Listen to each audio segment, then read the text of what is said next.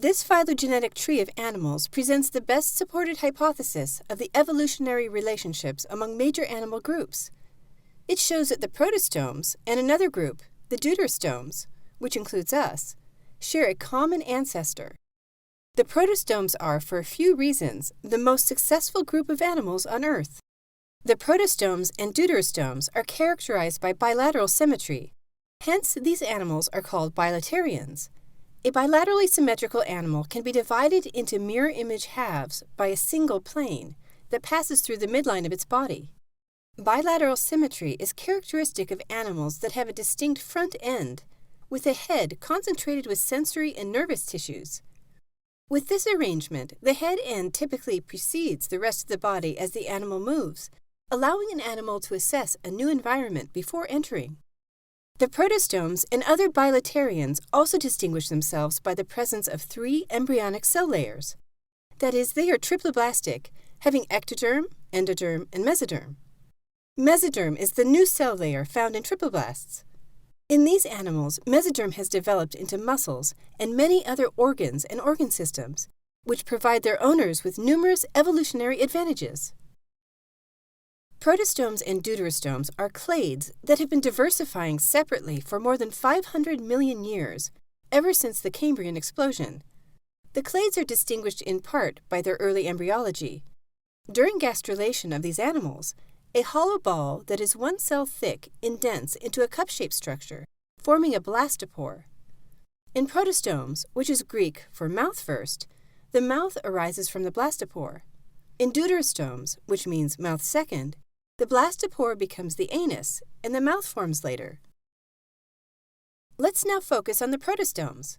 The protostomes themselves are extremely varied, but they all have a few features in common.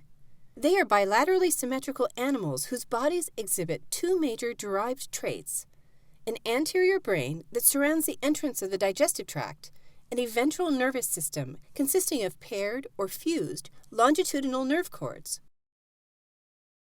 Other aspects of the protostome body organization differ widely from group to group. However, the protostomes can be divided into 2 major clades, the Lophotrochozoans and the Ecdysozoans, based largely on DNA sequence analysis. The precise placement of a small group, called arrowworms, within the protostomes is still in question.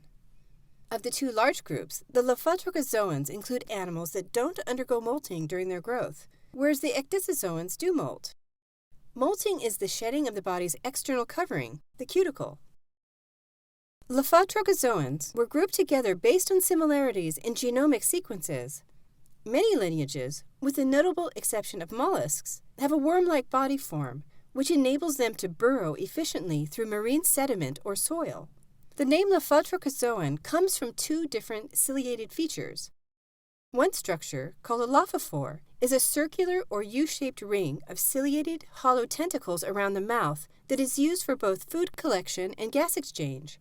The lophophore appears to have evolved independently at least twice, or else it's an ancestral feature of Lophotrochozoans and has been lost in many groups. The other notable structure of Lophotrochozoans is a free-living larval form known as a trochophore. Neither the lophophore nor the trochophore is universal to all Lophotrochozoans, however. Of Lophotrochozoans, annelids deserve mention because they have evolved a useful adaptation: segmentation. Each segment is separated by a septum that isolates it from the adjacent segment. Segmentation allows an animal to move different parts of its body independently, giving it much better control of its movement. The other major clade of protostomes, the Ecdysozoans, is characterized by having an external covering, or cuticle, that is secreted by the underlying epidermis, the outermost cell layer. The cuticle provides these animals with both protection and support. Once formed, however, the cuticle cannot grow. These animals increase in size by shedding or molting the cuticle and replacing it with a new larger one. This molting process gives the clade its name. In Greek, ekdysis means to get out of. A fossil Cambrian arthropod, preserved in the process of molting, shows that molting evolved more than 500 million years ago. An increasingly rich array of molecular and genetic evidence, including a set of Hox genes shared by all ecdysozoans, suggests the ecdysozoans have a single common ancestor. Thus, molting of a cuticle is a trait that may have evolved only once during animal evolution. In many ecdysozoans that have worm-like bodies, the cuticle is relatively thin and flexible. It offers the animal some protection, but provides only modest body support. A thin cuticle allows the exchange of gases, minerals, and water across the body surface, but it restricts the animal to moist habitats. The cuticles of other ecdysozoans, mainly arthropods, function as external skeletons, or exoskeletons. These exoskeletons are thickened by layers of protein and a strong, waterproof polysaccharide called chitin. Predation was a major selection pressure in evolution that favored the development of hard, external body coverings.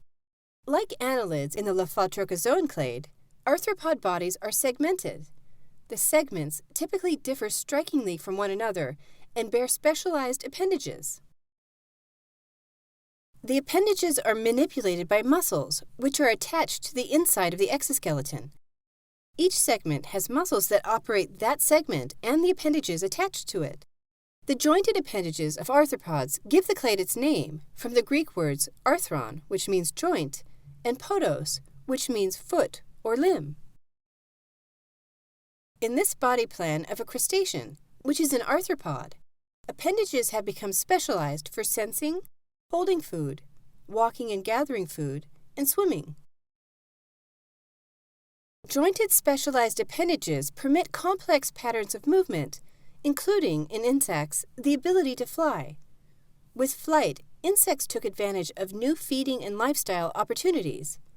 These opportunities, in turn, led to the unparalleled evolutionary success of insects.